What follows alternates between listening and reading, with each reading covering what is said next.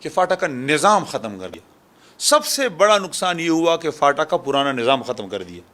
سب سے بڑا نقصان یہ ہوا کہ فاٹا کو ضم کر دیا, اور پھر بدقسمتی سے ایک ایسے صوبے میں ضم کر دیا کہ وہ اربوں روپے مقروض ہیں, اور پھر بدقسمتی سے ایک ایسی حکومت کے ساتھ ضم کر دیا کہ فاٹا کے ساتھ دو ستولی ماں کا سلوک کر رہا ہے.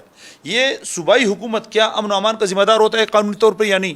فاٹا میں امن ہے, ٹارگٹ کیلنگ زوروں پر ہے, ہمارے سینکڑوں لوگ شہید کیے گئے.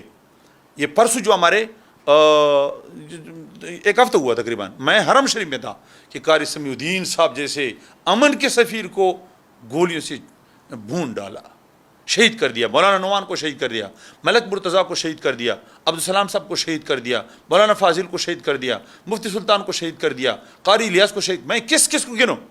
یہ اسی حکومت کے جو ہے ناک کے نیچے انہوں نے اور شہید کر دیے, اور اب تک انہوں نے اس کا پوچھا نہیں ہے. کوئی سرکاری اہلکار نے ان شہیدوں کا پوچھا ہے؟ یہ کس کی ذمہ داری ہے؟ میں بحیثیت وفاقی وزیر وہاں شمالی وزیرستان کی تعزیت کے لیے گیا. حالات کو میں نے جب دیکھ لیا تو وہاں کے عوام بہت پریشان ہے. عوام یعنی روزگار تو چھوڑ دو, امن کے لیے ترس رہے ہیں. تو اس پہ کوئی شک نہیں, فاٹا تباہ حال ہے. اب چونکہ فاٹا وفاق کے ساتھ نہیں ہے, اب چونکہ قانونی طور پر صوبے کے ساتھ ہے. ہم کوشش کر رہے ہیں, ہم محنت کر رہے ہیں, نہ ہم ان کو علیحدہ اس طریقے سے چونکہ صوبہ درمیان میں حائل ہے, نہ اس کی میں ایسے کوئی ترقیاتی کام اس طرح کر سکتے ہیں. لیکن ہم کوشش کر رہے ہیں کہ وفاقی جو محکمے ہیں اس کے ذریعے سے ان کی محرومی کی اس حد تک ازالہ کیا جائے. بجلی کے حوالے سے ہم لگے ہوئے ہیں, گیس کے منصوبے کے حوالے سے ہم لگے ہوئے ہیں. ہمارے جو خود شمالی وزیرستان میں گیس کا منصوبہ کامیاب ہو گیا اور وہاں گیس نکلا, تیل نکلا. اس کے لیے میں نے عدنان وزیر جو ہمارے صدر عبدالرحمن کا بھتیجا ہے اس کی قیادت میں جھرگایا تھا. میں نے ایم ڈی کے ساتھ بات کی. الحمدللہ جو ان کا جو پلانٹ تھا اس کو پی ٹی آئی کی حکومت نے منصوبہ بنایا تھا کہ اس کے شمالی وزیرستان کا پلانٹ وہاں داؤد خیل میاوالی میں لگایا جائے.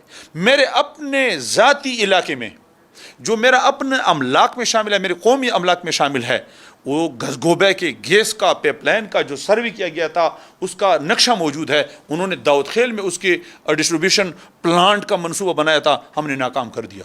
میں نے یہ فاٹا کے لیے کر دیا, اور الحمدللہ وہ دونوں پلانٹ وہ فاٹا میں بنیں گے, اور سب سے پہلا اس کا فائدہ بھی فاٹا کو ہوگا, اس کا جو ہے رائلٹی فاٹا کو ملے گا, اس کا گیس بھی فاٹا کو ملے گا, اس کا روزگار بھی فاٹا کو ملے گا. ہم تو لگے ہوئے ہیں. میں نے لکی مرود کے لیے بھی الحمدللہ کام کیا کہ اس کا رائلٹی لکی مرود کو اب ملے گا, گیس لکی مرود کو ملے گا, اور سوشل جو ویلفیئر کا فنڈ ہے وہ ایف آر لکی کو ملے گا, ہماری قوم بٹھنی کو ملے گا, وزیر قوم شوا کی جو وزیر قوم ہے ان کو ملے گا. یہ میری ذاتی کاوشوں کے نتیجے میں ممکن ہوا. تو میں تو ذاتی طور پر لگا ہوا ہوں. جن علاقے کا میں ایم این اے بھی نہیں ہوں, فاٹا کے اس علاقے کے لیے میں اس وقت سے کوشاں ہوں جب میں صرف ایم این اے تھا. اب تو میں منسٹر ہوں انشاءاللہ. بحیثیت منسٹر میں تمام فاٹا کے لیے, تمام قبائلی پٹی کے لیے, اور تمام خیر و پختونخوا پورے ملک کے لیے میں کوشاں ہوں اور کوشش کروں گا. لیکن قبائلی پٹی بہت محروم ہے, اس کے محرومیوں کو ختم کرنے کے لیے میں ہمیشہ کے لیے کیبنٹ میں آواز بلند کرتا ہوں. اور الحمدللہ وزیر اعظم شہباز شریف کا شکریہ ادا کرتا ہوں کہ سب سے پہلے انہوں نے دورہ شمالی وزیرستان کا کیا, اور عمران خان کو یہ قسمت میں نصیب نہیں ہوا کہ اس کے لیے کوئی اعلان کرتا. انہوں نے یونیورسٹی کا اعلان کیا, اور الحمدللہ اس کے لیے فنڈ حوالہ جو ہیں بھی مختص کیا ہے.